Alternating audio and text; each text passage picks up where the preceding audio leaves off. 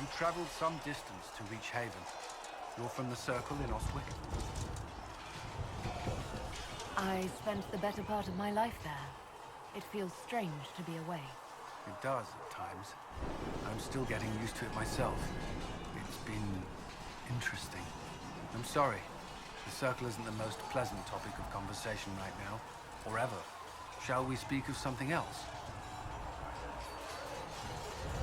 I should get to know you better.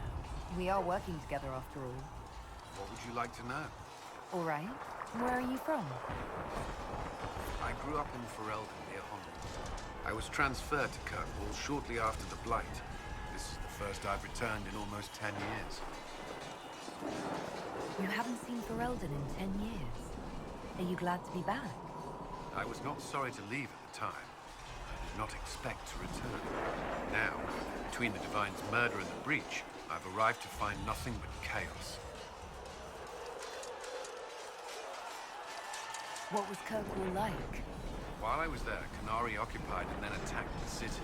The Viscount's murder caused political unrest. Relations between Mages and Templars fell apart. The apostate blew up the Chantry, and the Knight Commander went mad. Other than that, it was fine. What happened between Kirkwall's Mages and Templars? You were at the Conclave. You must have heard people speak of it. Yes, but you were there. There was tension between Mages and Templars long before I arrived. Eventually, it reached a breaking point. There was fighting in the streets. Abominations began killing both sides. It was a nightmare. What happened then? The Templars should have restored order. But Red Lyrian had driven Knight Commander Meredith mad. She threatened to kill Kirkwall's champion, turned on her own men. I'm not sure how far she would have gone. Too far. So you opposed her? I stood with the champion against her, in the end. I should have seen through Meredith sooner. Varric from Kirkwall. Did you two know each other? I knew he was friends with the champion of Kirkwall, but little else. We've spoken more since I joined the Inquisition, largely at Varric's insistence. Apparently, I spend too much time with a serious expression on my face, and it's bad for my health. You were in Ferelden during the Blight. Did you fight Darkspawn? No. I was stationed at Ferelden's Circle Tower. The Circle had troubles of its own. I remained there during the Blight. What happened at the Circle Tower? Few who survived the Blight have fond memories of that time. I would prefer not to speak of it. I'll let you return to your work. Should you require anything, I'll be here. Did you need something? I'd like to know more about the Templars. If you need insight into what the Order is doing now, I'm afraid I can't offer more than you already know. Anything else, I will answer as best I can. Why did you join the Order? I could think of no better calling than to protect those in need. I used to beg the Templars at our local Chantry to teach me. At first, they merely humored me. I must have shown promise, or at least a willingness to learn. The Knight Captain spoke to my parents on my behalf. They agreed to send me for training. I was 13 when I left home. 13? That's still so young. I wasn't the youngest there, but some children are promised to the Order at infancy. Still, I didn't take on full responsibilities until I was 18. The Order sees you trained and educated first. What about your family? Did you miss them? Of course, but there were many my age who felt the same. We learned to look out for one another.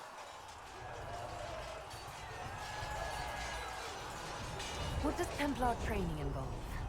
There is weapon and combat training. Even without their abilities, Templars are among the best warriors in Thedas.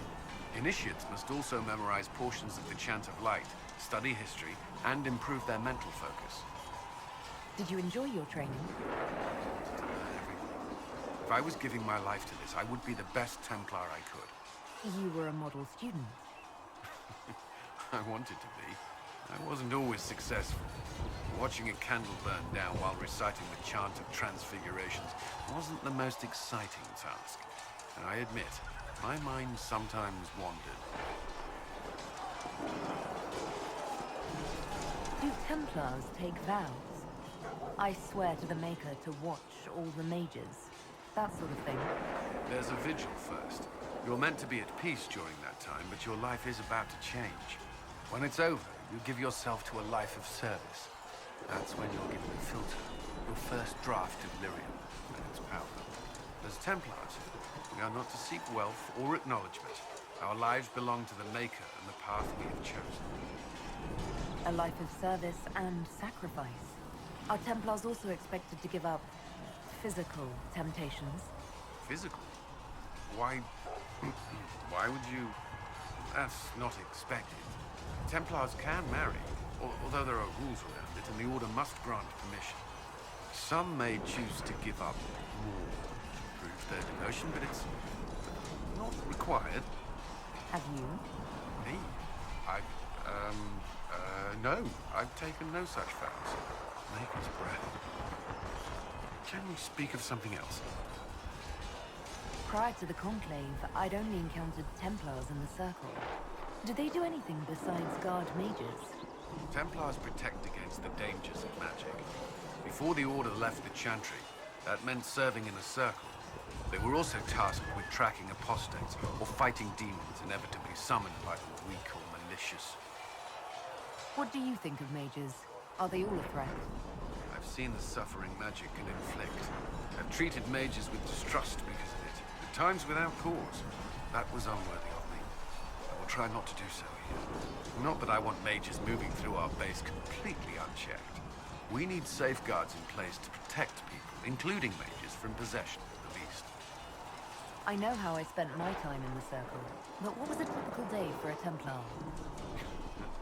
Typical. The last time I was in a circle was right before it fell apart. Nothing was typical. Before that, then? Certain rituals require a full guard. A mage's howling, for instance. I've attended a few. Most of the time, you merely maintain a presence, on patrol or in the circle, ready to respond if needed. Mages pretend to ignore that presence, but they're watching you just as closely. We would spend all day with Templars, and yet they rarely spoke to us. A habit often mistaken for coldness, I'm sure. But we are expected to keep a certain distance from our charges. If a mage is possessed or uses blood magic, you must act quickly, without hesitation. Your judgment cannot be clouded. Of course, ignoring one another does nothing to foster understanding. That's all I wanted to know. Thank you. Should you require anything, I'll be here. Did you need something? Why would Templars break away from the Chantry? The Order believes the Chantry no longer supports their efforts. Not to the extent they should. But the Templars have served the Chantry for ages.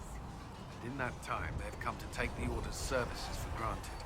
Templars risk their lives against blood magic, demons, abominations, to feel as if those efforts are dismissed. I may disagree with the Order's actions. That I'm here is proof of that.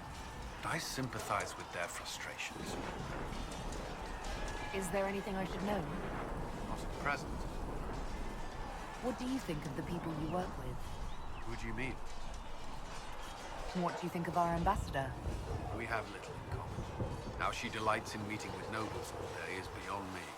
But I enjoy working with her. How do you like working with Leliana? The Inquisition would not exist without her. I may not always agree with her methods, but she's more passionate about our cause than anyone. Cassandra may have declared the Inquisition publicly. Leliana is just as responsible for its formation.